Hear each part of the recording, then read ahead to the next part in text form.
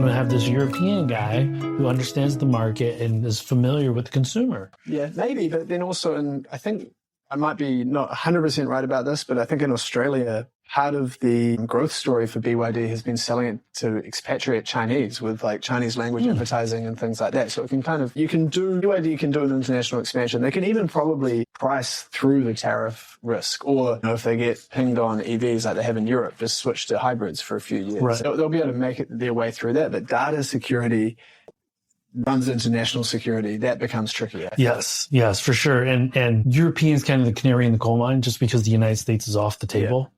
So let's see how they react, because the thumb is on the scale of the German government pushing the EU to accept Chinese imports and also local manufacturing. But the EU needs to step up and create a robust policy around, because they pride themselves on data security and data privacy. So this should be really one of the foremost challenges or issues that need to be tackled. So you're absolutely right. Can I ask you guys a question? Talking about the battery technology and infrastructure. In a lot of other countries, this is you've seen this in Korea, like exploding batteries had a big dent on the industry's growth there. And I think it's a risk, and it's seen as a risk, just not just for EVs, but for like lithium battery products and lots of consumer industries around the world. What's your sort of level of confidence in the infrastructure and the battery charging and swapping in China? What's the sort of feeling among you guys around this? We had our own personal experience for 2 straight years, right? Last year in a G9, this year in the ET5, power swapping all the way down. Last year, charge all the way down to Shenzhen. From our own experience, it's been pretty, in terms of quality, in terms of availability, no issues, right? We can't say for sure that that's the case. I mean, why do we have this no explosion, no fire come out? Because that does happen. And we're all Lao Zhongguo, right? We've seen those signs in parking structures where you can't park a moped, right? So they know that there's this risk. And I'll back this out even further, Ed. The Koreans primarily use NCM, a completely different chemistry. Most of the cars that are sold in China are LFP.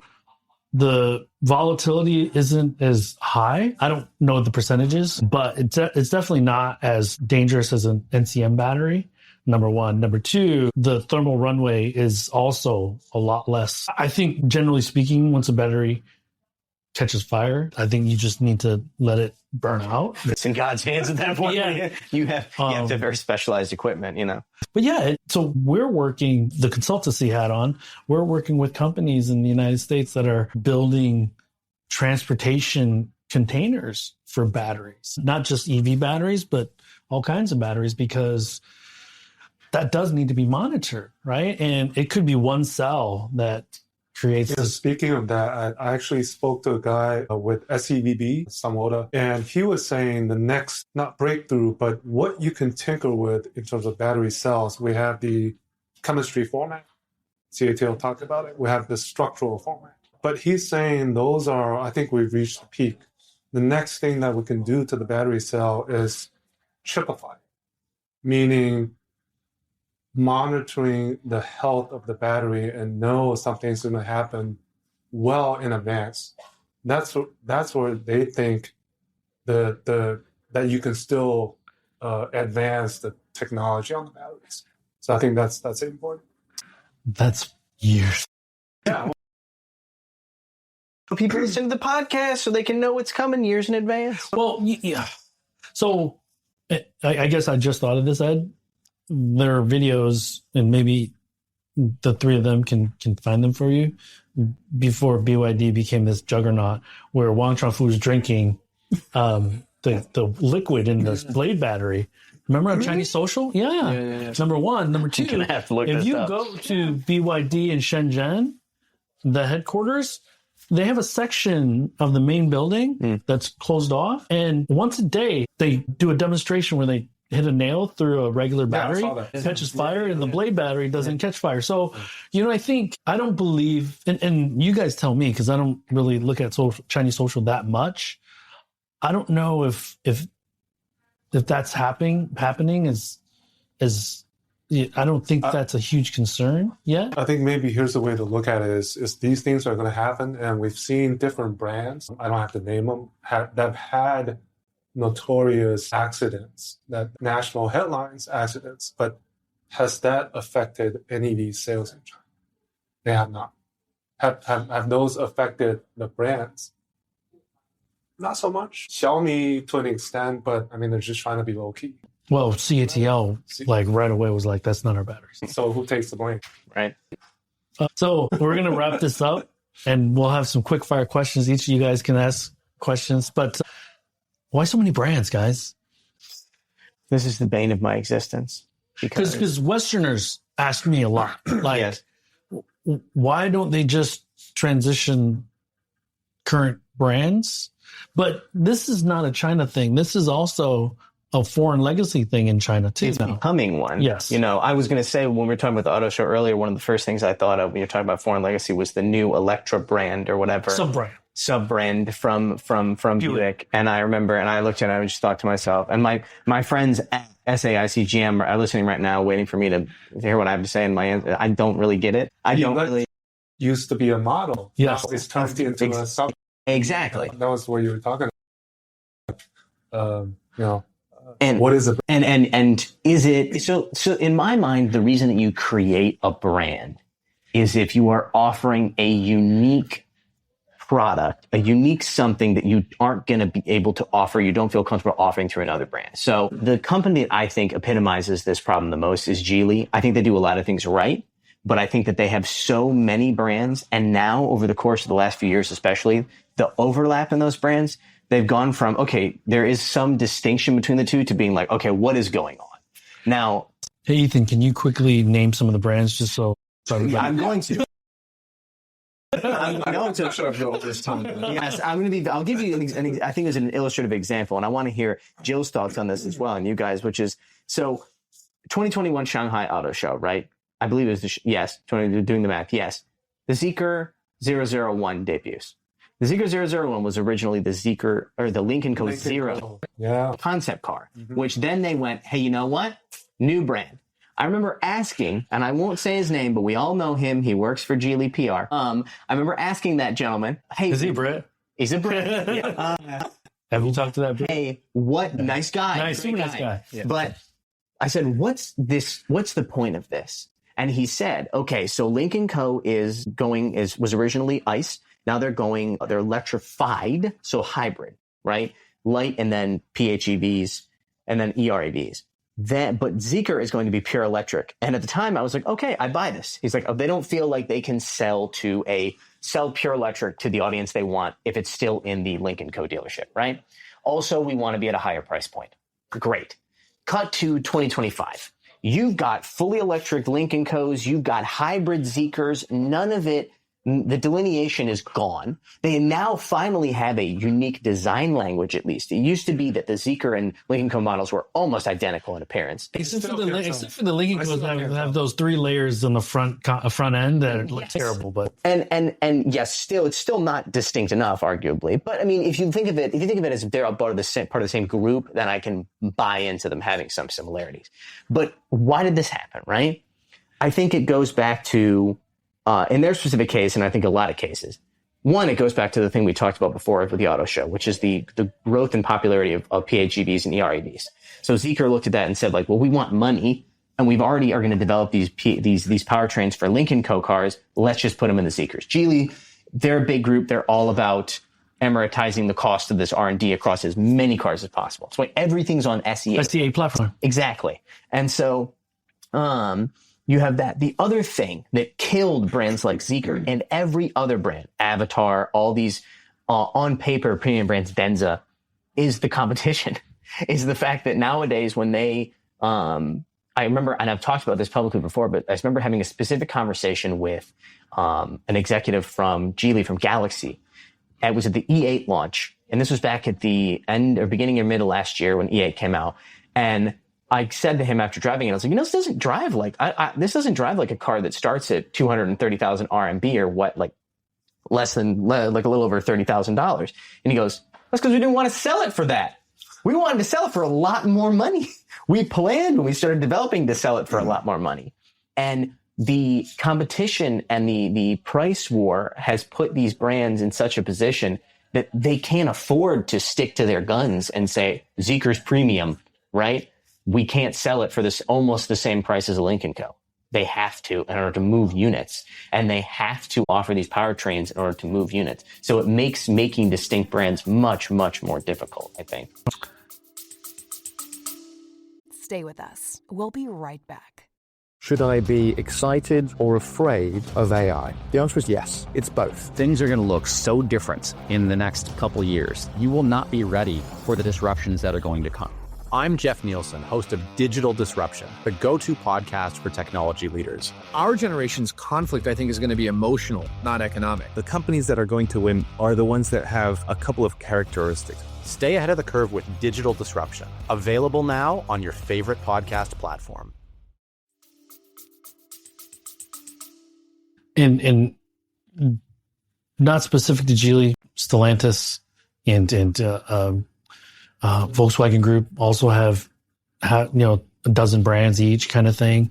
And some of them are new, like Volkswagen ID series, and then Mercedes with the EQ series thing. And it's just but anyways, Jill, why do you think there's so many new brands? Why do the Chinese like to launch new brands instead of converting current brands to clean energy?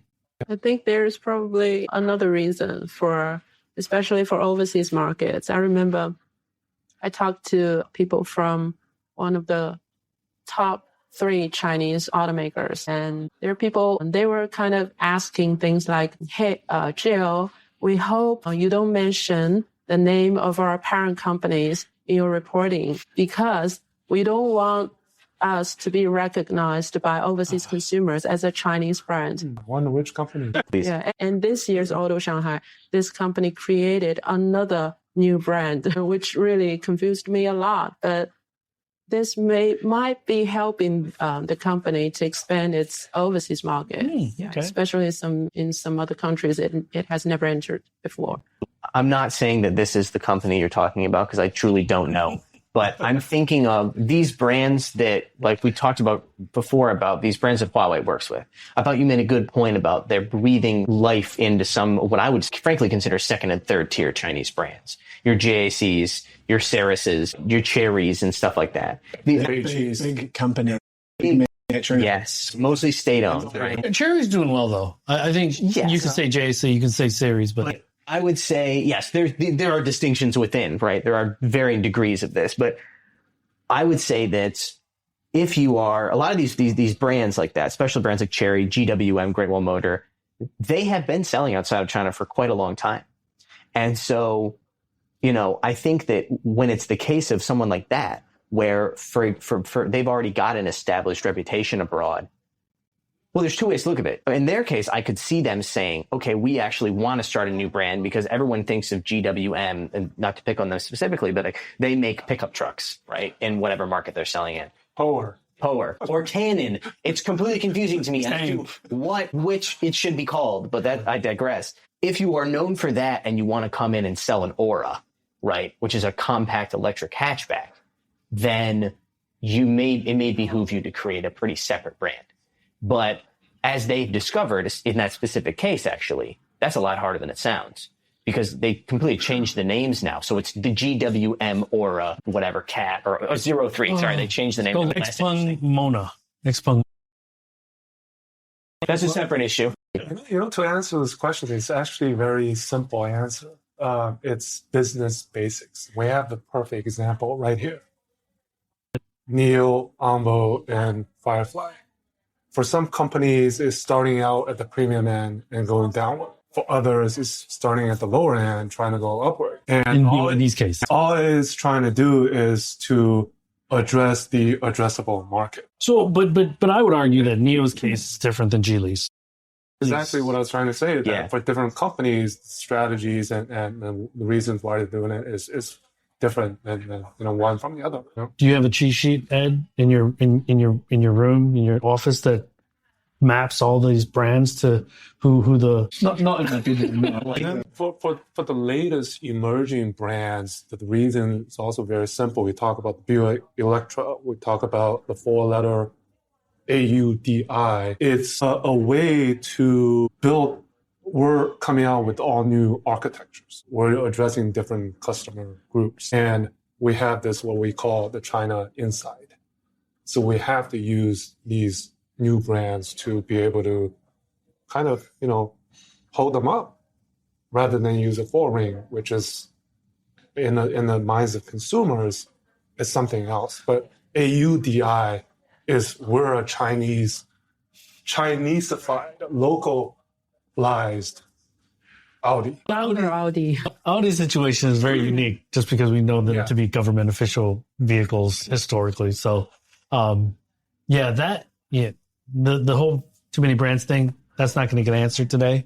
Yeah. And I'm sure we're going to see new brands in the next 6-9 months too. So one thing I wonder about though is that if you go back to the kind of the start of the conversation around this is what I was saying around this is, from my point of view, an interesting industry because of the level of disruption and the fact that for some companies aren't going to make it in the future and just won't exist. It is an existential question for a lot of legacy auto brands as well as the startups. The level of desperation, in a positive sense, the level of competition, but also the technology at a manufacturing level seems to me that one of the reasons there are so many brands is because because factories can be automated in a way that you can and cars can be designed a lot quicker in the China context than they have been historically. The technology, both in terms of the marketing, design, all of that sort of stuff, as well as the manufacturing, enables companies to do more than they perhaps could in the past. And because there's this level of desperation around competition, the shackles are kind of off. People aren't sitting there in Wolfsburg or wherever it is in, California or Detroit, kind of sitting around mulling whether or not to do something for 4 or 5 years. It's just like, let's go. And then if it works, it works. The interesting thing really to track would be what brands are dying that we just don't even talk about, because there's kind of a bias to writing and talking about new brands, right? But how many of these cars that in the last 4 or 5 years have been launched aren't really sold anymore, have now been subsumed into some other kind of thing? And if we elongate the horizon of the Chinese auto industry, multi-brand strategy is not something new, right? Back in the late 2000s, Chery, Geely, they came out with the M-Grand, Inglon. Relay. Wait, well, where are those? Do you know any of these brands? That's to the point of, they've been through this before. This is just cycles. And then in the mid-2000s, the Geelys and the Cherys, they kind of we want to be a one brand. But now they're multiple. Well, but that goes back to the whole with GM being CEO, where he's like Pontiac's entry level, then you graduate to Chevy because you got a promotion, and then at the end of the day, when you're this rich guy, you buy a Cadillac. So there's this progression from a brand standpoint, but we're not seeing that. We're seeing just let's throw something on the wall and see if it sticks. Yeah, and I think. Sorry, Joe. No, I'm not asking anything. To your point earlier, again, I think that when I criticize brands like companies like Geely for all these brands and stuff, it's the same thing you said before. I mean, look, Geely can afford to have some brands go belly up, and it will happen, right? Or to subsume brands. Obviously, Lynk & Co. and Zeekr are now together, as they always should have been. Does that happen with Polestar Volvo? Does that happen with Polestar? I'd argue that it should. Or BYD. Listen, if Fengcheng Bao doesn't turn out to be a huge seller, okay, well, we learned something, It wouldn't be surprising if, I've said this before, that Zeekr and Lynk & Co. become one brand in the future. It wouldn't be surprising if Geely or Chery, any of these state-owned automakers cut one or more of these brands. So Zeekr & Co. We always also have to remember that 5-6 years ago, when a lot of these brands were launched, they were thinking IPO, right? Yeah. And they were thinking, I'm going to cash in.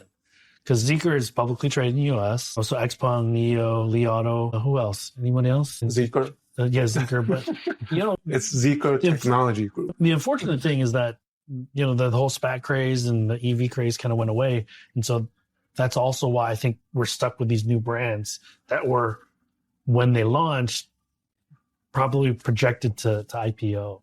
So let's wrap this up. Let me say this. Let me ask you all this. And I'm actually much more interested in, because I talk to you all the time.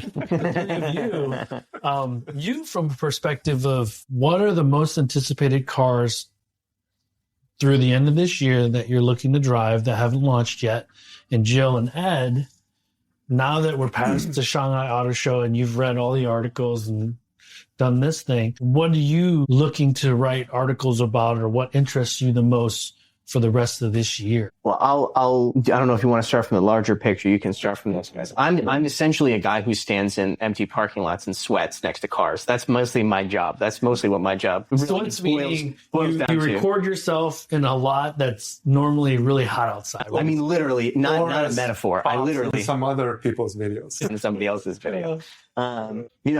I think that there are a bunch of cars that debuted at the show that I'm looking forward to driving. The 9X is mentioned. The L90 from Onvo. I think that's going to be a really, really important car because frankly, the L60 launch didn't go as well as it could have gone due to various issues, strategically, manufacturing wise, all these things. So that's going to be super important for them.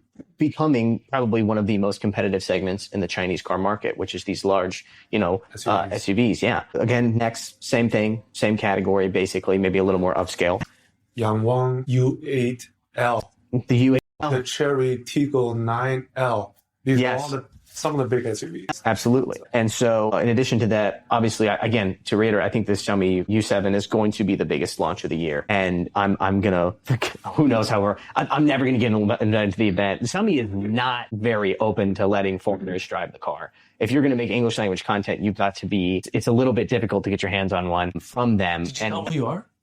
Yeah, no, I failed to mention. Robertson? Yeah, well, no, maybe they don't know that name. You're talking to people in the comment sections that are like, how have you never driven the Yangwang U9? And I'm like, find a foreigner that has. I am by these standards of I'm the biggest fish in this very small pond. But when you kind of zoom out, you realize I'm an absolute microscopic minnow in an ocean compared to the domestic media who are going to get priority first. But so yes, I will rent one. I will come hell or high water, I will get my hands on a use.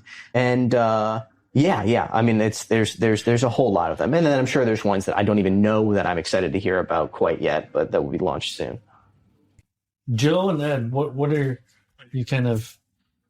There's one model that really interested me most was actually the Xiaomi U7, which is, however, absent at this year's AutoShanghai. So the U7 or U7 SUV, yes. Yeah, because I talked to many analysts, and many of them, they are really bullish on Xiaomi. Actually, some of them believe that Xiaomi really has the potential to challenge BYD or even replace BYD. Those are bold statements and unrealistic statements, but fair enough. Xiaomi does want to be the top 5 global automaker. Top 5, that's fine. But and it has such a great influence among younger customers in China. But something also unexpected to me at this year's show would be that a pickup truck from GAC. I mentioned this to Will at that BYD stand. I met him at the BYD stand and I talked to him. China-driven one. And I talked to him about the pickup truck. I bridged him with the GAC people later on. Jill needs to hook you up, dude. Well, I don't know if I have a contact in GAC. There we go. Thank you. This is really why I did this. I'm here for the connections. Go ahead. Okay, so I think we all know that BYD has a very big launch for its Shark pickup last year in Mexico, and I'm not sure if it is doing well. It's okay. In Australia, it is. Yeah, and Cybertruck, the Tesla one, is also not very well recognized, right? And the GAC pickup one looks very, very familiar to the Tesla Cybertruck. I have to say that. I saw that. I missed this. I'm going to go back and look at it. Yeah, but it probably also has some original designs. Yeah, you can really check that out. So I would, and also on the other side, GAC, the management from GAC has a really clear picture about selling pickup trucks overseas because pickup truck is actually quite forbidden in China, especially in urban in cities, in big cities. So we don't see a lot of pickup trucks in China, but the company is really kind of planning to sell them big overseas. So it even has some like roadmaps. When the Feng Xingya, I think the chairman of GAC, talked to Chinese media, it says like, oh, we are planning to enter Australia and Middle East in the next couple of years. I really didn't expect that to happen from a Chinese automakers, especially a state-owned one like GAC. So from a U.S. perspective, when Jill is talking about pickup trucks, they're the size of like Rangers and Colorados, Chevy Colorados. Exactly. 50s and Sierras and Chevy Silverados, they're not street legal on the main roads in China. City centers. Centers. Any pickup truck, because of the open bed, is considered a commercial vehicle. And so they're not allowed to go into the city centers in most major cities, which really. So you can still buy them, but you can't really drive them on. Also, buffet. 15 years, right? You have to buffet. You have to scrap them after 15 years on the road. So you can get a 2011 Ford F-150 Raptor for like pennies, because it's just a couple years away from when you have to literally destroy it, prove that you destroyed it. And you guys call them utes, right? So they're fairly popular in Australia and yeah. So I didn't pickup trucks. We saw a few, right? The Power. Nobody knows how to say it. Yeah, Power. Canon, Power. Yeah. So Ed, what about you, man? I think the other side of this coin is, the last maybe 6 or 7 months, we've been reporting pretty hefty write-downs from major European and American companies. Basically, a large part of those write-downs have stemmed from losing a massive chunk of the Chinese market over the course of, 4 or 5 years. Ford actually made money. Ford. In the China market. Yeah. But, the trend is people have been burning money. And these are mostly listed companies, and investors just don't put up with that. These are institutionally held stocks. It's not sustainable. So for me, a company that I think is really interesting is Volkswagen. They've been one company that have acknowledged the problem, done what people sort of suggest you should do in terms of putting a lot of investment into China. They've tried to make the Chinese operation as Chinese as they can, with a few like checks still to Germany. But they've got a kind of make or break period coming up towards the end of this year, early next year. And so if that goes well, then they've got a real shot at a successful business here again. If it doesn't go well, it's a tough one, So I think those kind of moments are coming up, and there'll be lots of them for different companies and going ahead. Yeah. So really quickly, I was at an AmCham event. I was on a panel this morning, and I gave them this scenario without saying the brand. I said, if you were the board member of a brand whose market share shrunk for the first time in 22 years, year over year, by 3% one year, by 15% the next year, and then the first quarter of the current year by 42%, would you still want that person to be the CEO of your company? And, people are like, basically I'm talking about Porsche. Yeah. Right?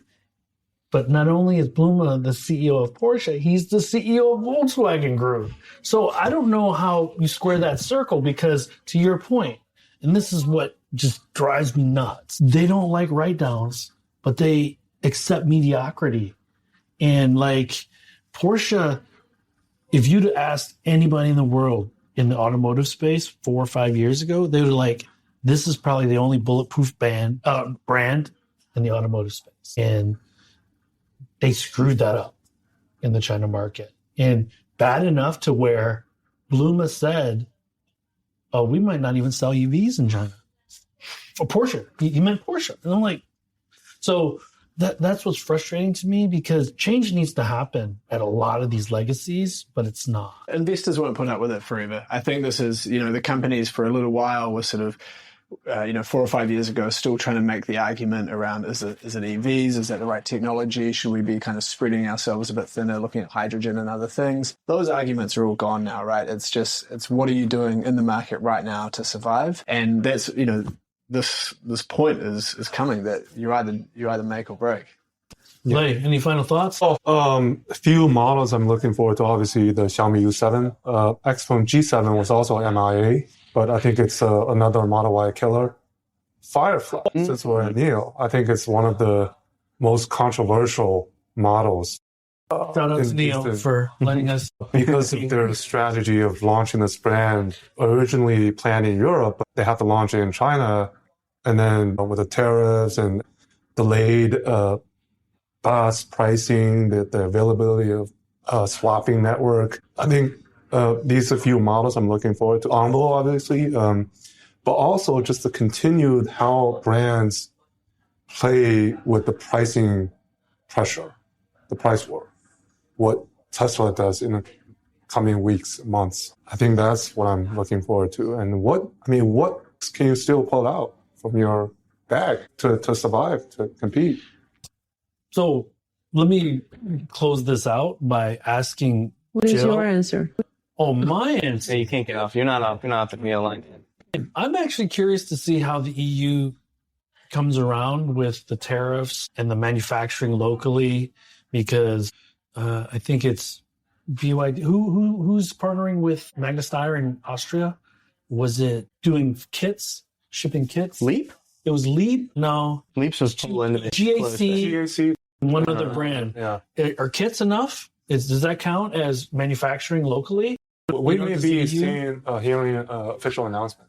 Yeah. And then, so IAA is coming up in Munich. So I think let's see what the Chinese presence there is, how big it is. And is it big? Because me being just outside of Detroit now, what was really apparent to me at the auto show was there wasn't that many Americans there, that were wanting to do business. And obviously for obvious reasons, but you would think that if these companies, these people feel it as an existential threat, they would want to go kick the tires and check out, okay, what's real here? How bad are we? How behind are we? So kind of reconciling, and I'm jumping around a little bit, so my apologies. So there's an EV startup that just launched in the United States called Slate. Amazon. Right? Yeah, the Bezos backed. And they have they launched a $25,000 like DIY car, like a truck. And it has 150 miles range. It has analog windows. And the five of us know what you can buy for $30,000 in China. And so they're not manual windows, I'll tell you that.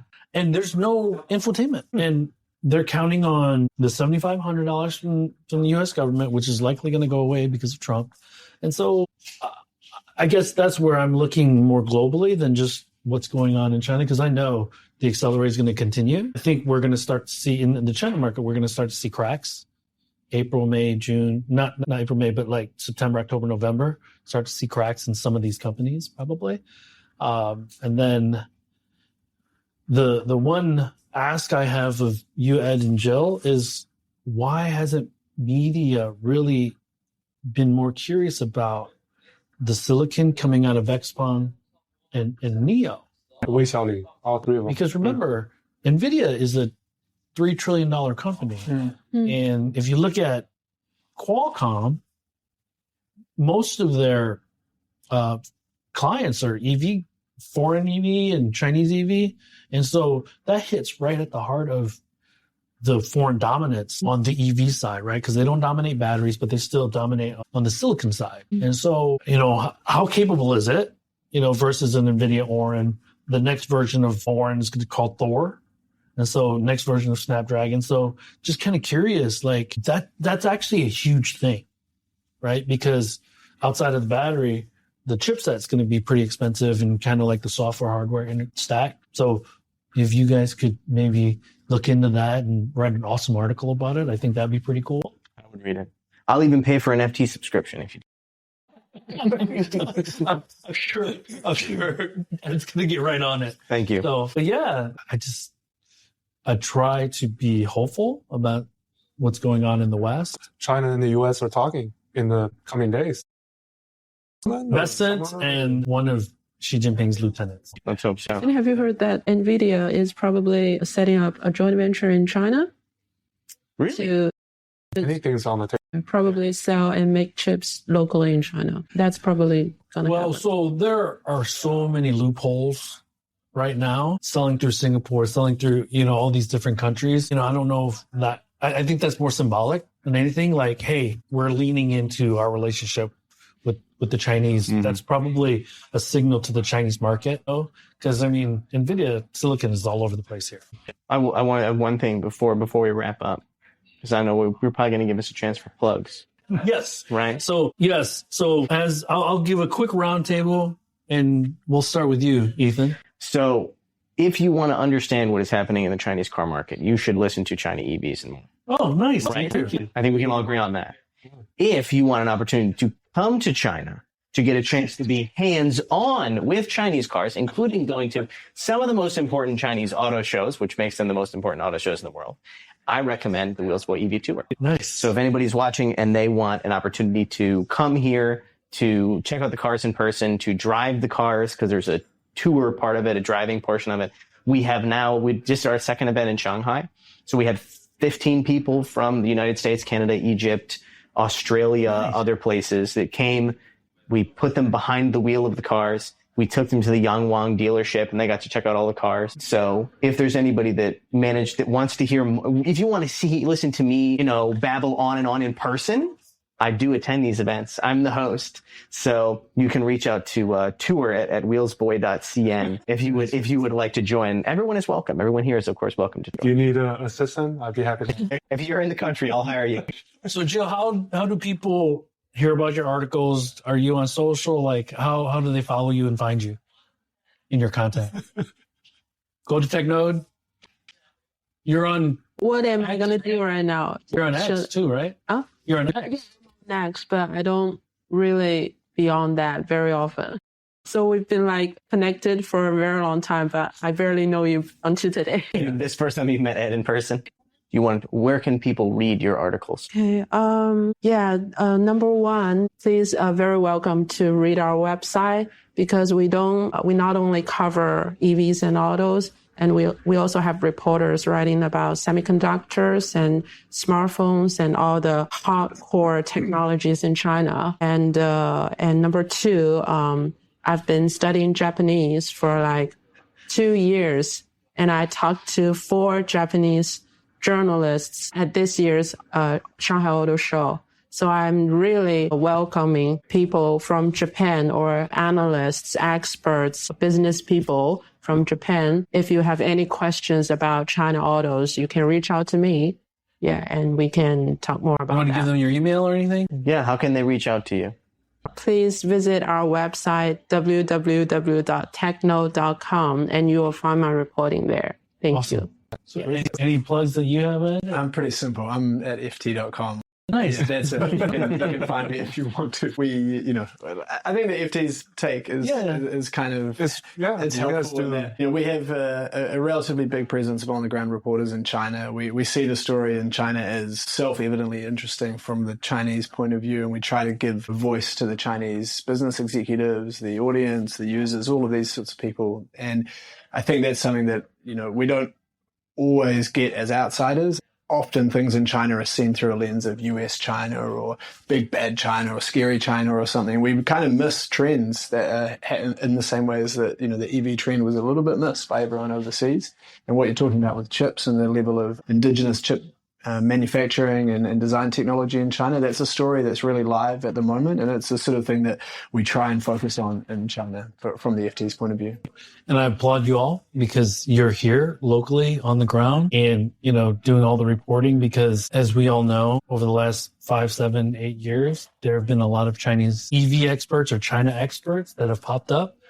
But unfortunately, a lot of us have not met them here. And so I think that's important to acknowledge as well, that follow the people that are boots on the ground or that are here testing out the vehicles, talking to the people, because there is a nuance to it. It's not black and white. And always, this coming from America now, we got to separate the governments from the companies and the individuals. So, hey, everyone, thanks for joining us. I'd like maybe to do this again. So maybe there's an excuse next year to all do this in Beijing. I'll be there. I'll be in the middle of the Wheelsboy EV Tour Beijing event, so I will probably have a lot more gray hair than I have now. And you make sure to miss it so that we can kind of start from the same spot again. Everyone, good morning, good afternoon, good evening. We will catch you all very soon on the next Max episode. That brings us to the end of this week's show. Lei and I thank you for tuning in. My name is Tu Lee, and you can find me on Twitter at Sino Auto Insight. That's SinoAutoInsight. You can find Lei on Twitter at LeiXing77.